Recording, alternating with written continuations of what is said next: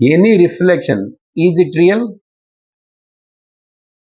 என்னைக்காவது எப்பாவது யாருக்காவது எங்காவது அந்த ரிஃப்ளெக்ஷன் అనేది உண்மையா? ஒருக்காகவும் ஒருத்தருக்கும் எங்கேயுமே எப்பவுமே அது ஒரு ரியல்லே கிடையாது. இப்போ நான் கண்ணாடி பார்க்கறதுனால என் மூஞ்சி அதில் தெரியறதுனால ரிஃப்ளெக்ஷன் இஸ் பார்ட் ஆஃப் மீன்னு சொல்ல முடியாது. பார்ட் ஆஃப் மீன்னு இதுல இருந்து கொஞ்சம் போயிருக்கணும் அங்க போலியே.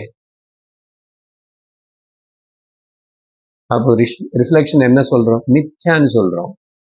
அதே போலதான் விஷயங்களும் விஷய ஆனந்தங்களும் விஷய லோக பிரபஞ்சமே மித்யா.